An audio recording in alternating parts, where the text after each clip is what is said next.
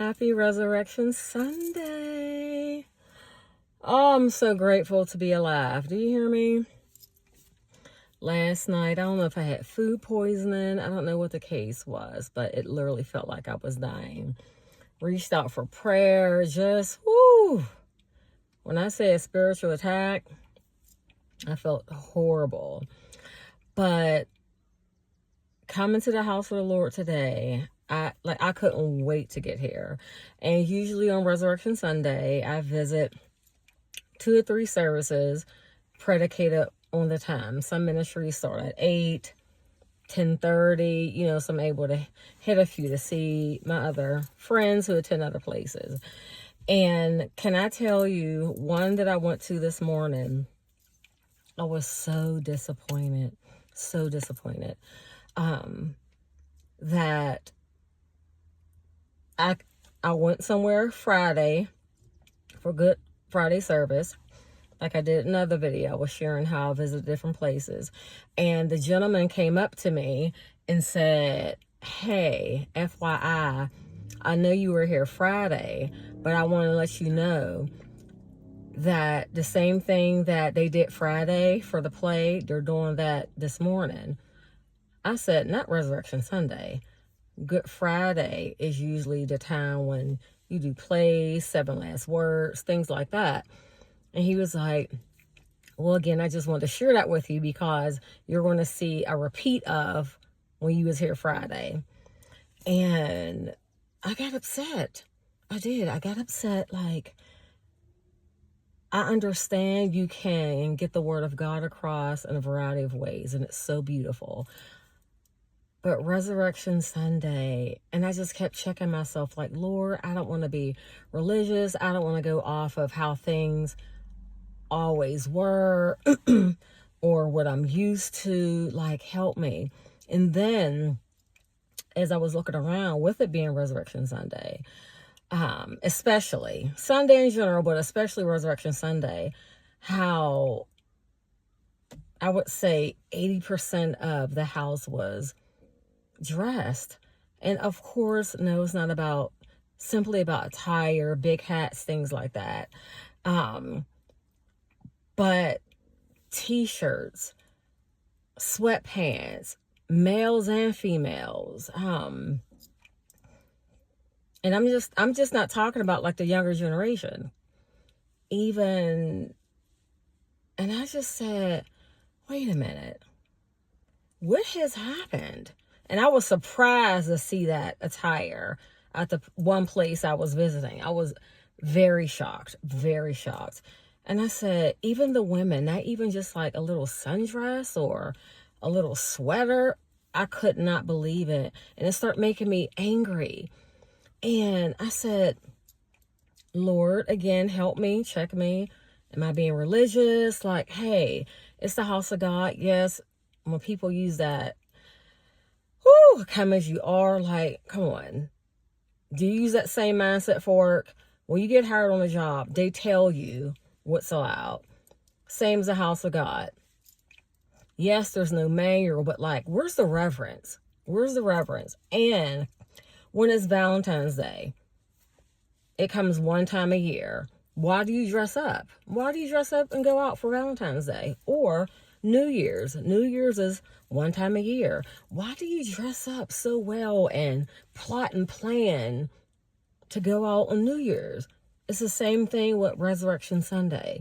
It's one time a year. Why don't you plot and plan? Oh, like I was almost in tears. And I said, what has happened to the body? And of course, it's not all ministries, but like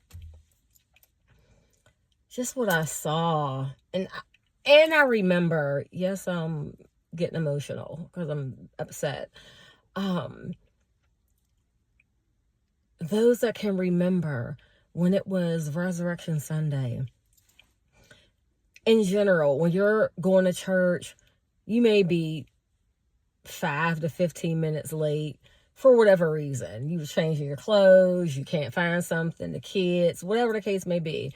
But like you knew to get to the house of God. And holidays, especially Resurrection Sunday, You didn't play around about being late because you're like, hey, I want a seat, whether it's a good seat. Hey, I don't want to be in overflow.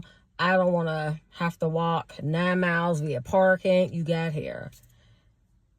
And to see, even when I got here, and I got here early, because you're assuming, yes, hey, to see the parking lot half empty, like something just gripped me. I said, what is going on?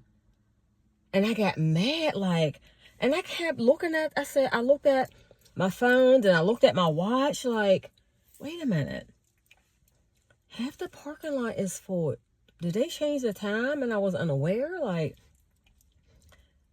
the amount of cars that was in the parking lot was more so, it will make you think it was people who were serving. That's who showed up first. And the house didn't start getting full until maybe like almost maybe 50 minutes later. And I just said, are you kidding me? Like, people just walking in, like, skipping along. I'm like, you're an hour, not just an hour late for church, like, or Resurrection Sunday. And then I had to say, well, you know what? If this many people are coming in by the droves, an hour or so after church has started, maybe it's something that's in the house that I'm unaware of. But I've been here before, and people are here. Maybe I think I'm just too emotional to really expound on what I'm trying to say, but I have never experienced Resurrection Sunday like this in my life. And if I hear one more person use an excuse of COVID, no, COVID just exposed who people really are. COVID, I feel, exposed where your relationship really is with the Lord. Technology is great. Technology is great. But just like, especially males, they love their sports, right? Yes, you watch sports on television. However, if you offered them tickets so they could be present, they would choose the tickets than sit at home and watch it on the big screen. I don't care how big your screen is. I don't care if you have a party. No. If they offers you tickets to attend the game, you would be there. So it's the same thing with the house of God. Like, my heart is just really broken behind all that I have seen thus far on Resurrection Sunday. Like, literally. And then I know that we are living in end times. So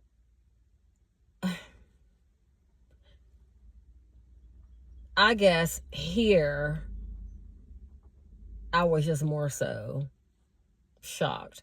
Because, you know, when you go to different houses, whether it's your auntie's house, your uncle, your cousin, you know how certain houses kind of like move and operate. So seeing certain things at this house was like, whoa. But to God be the glory. I'm glad that he got up. I'm glad that he allowed me to get up. I'm glad that he allowed my family to get up. And I will continue to pray. And I'm grateful that God has blessed me to have wisdom, knowledge, discernment, and a lot of times when God gives you a certain things, he shows you because he trusts you. And then he shows you to see what you're going to do with that trust he's blessed you with. But a lot of times it's just like, ouch. But again, did I say my prayers were when I was little? God, whatever breaks your heart, let it break my heart. Yeah. And again, I'm not God. I'm not saying that you cannot get a message about salvation, about God, about what he's done, about what this day represents through different ways. However, if we read the same Bible, preach the word. Preach the word. Preach the word. And when a gentleman was kind enough to come and say something to me, he's like, because he knew I was just here also for Good Friday. After he shared that with me, like 15 minutes later, I saw him again. And I said, wait, so I heard what you said, but look, there's more people. Wow. Anyway, I said, so you mean they're going to have maybe a 5-minute skit, then it's going to be regular service, like for Resurrection Sunday, a message and altar call, like the same. And he said, no, the same thing that happened Friday for Good Friday service when you were here is what's going to happen today. And I just said, this isn't okay. This is not okay. God help me. But this is not okay. But however that the heads have chosen to do the Resurrection Sunday, God, I pray that every soul that needs salvation has an opportunity to receive it and receives it. And do not allow how they've chosen to switch up services for Resurrection Sunday.